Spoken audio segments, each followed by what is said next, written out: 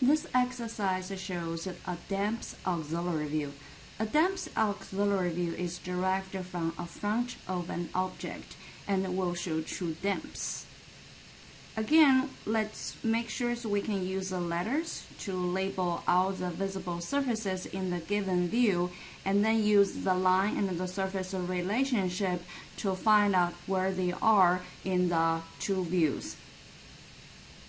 In our case, we have a surface A as inclined surface, surface B as a normal surface, surface C as an inclined surface, and surface D as a normal surface.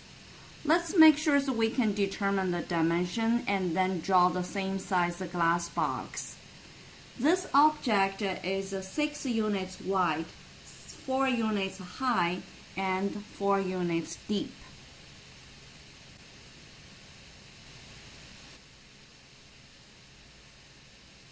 Surface B is the most front surface.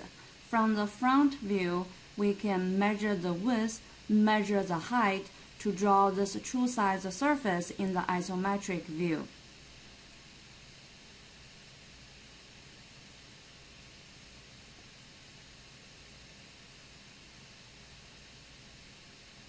After the surface B, we can continue to see the normal surface D.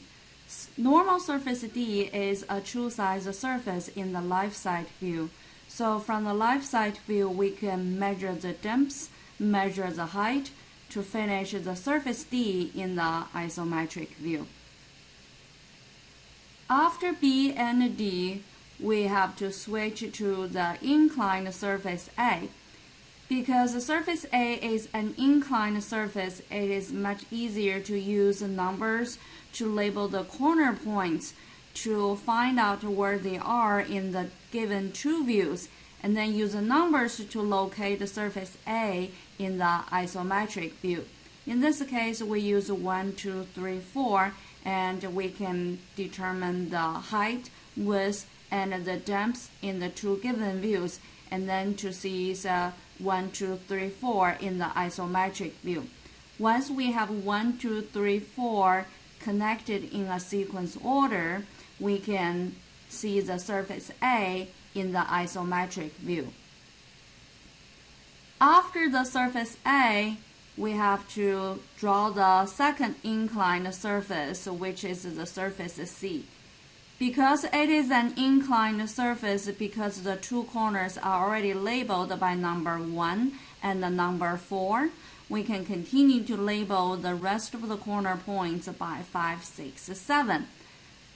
You can have all the numbers labeled in the two given views, and then continue to count the dimensions to see where are the 5, 6, 7 in the isometric view. Once you have 1, 4, 5, 6, 7 connected, you will be able to see the inclined surface C in the isometric view.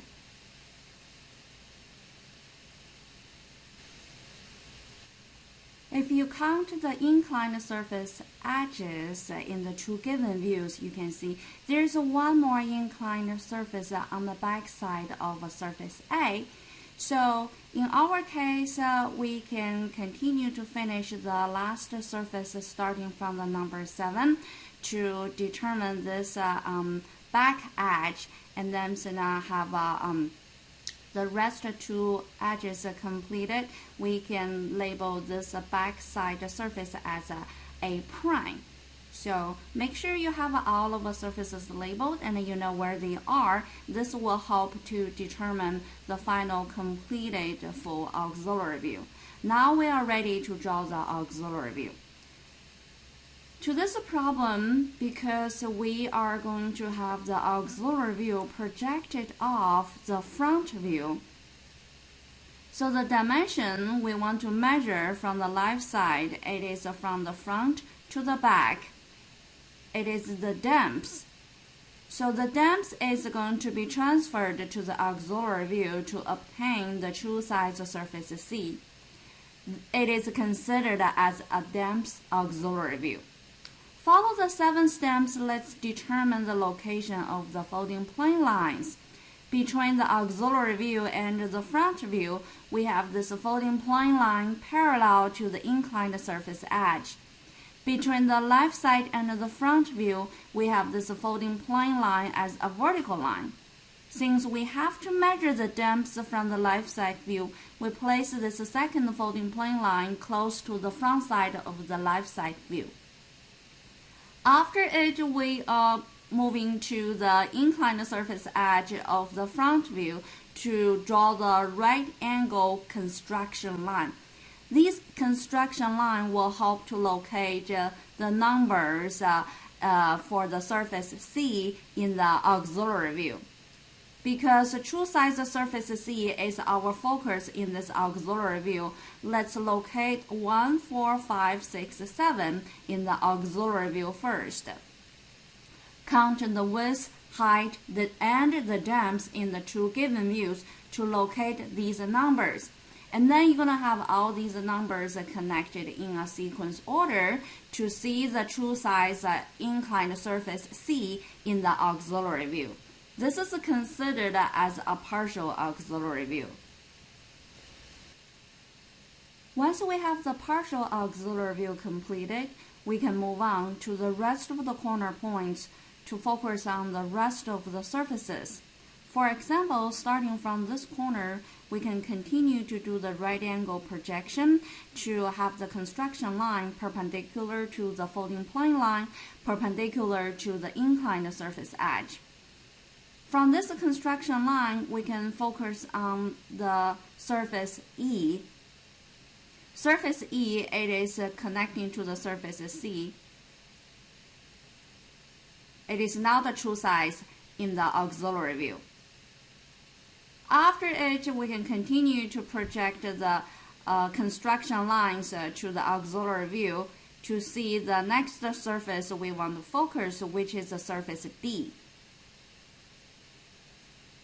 Again, D is not a true size in the auxiliary view. In our case, the only true size surface in the auxiliary view is the surface C. We are moving to the inclined surface A.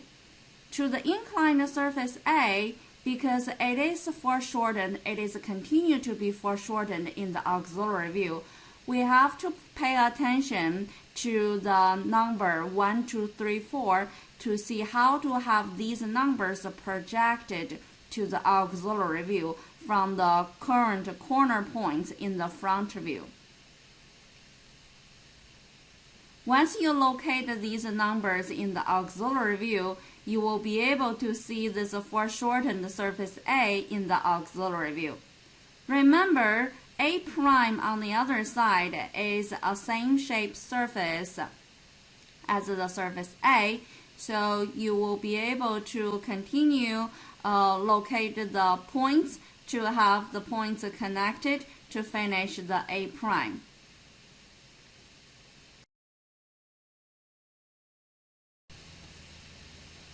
Finally, don't forget, starting from the last corner point, we have to do the projection again to see this edge as a hidden line in the auxiliary view. This is the final complete auxiliary view.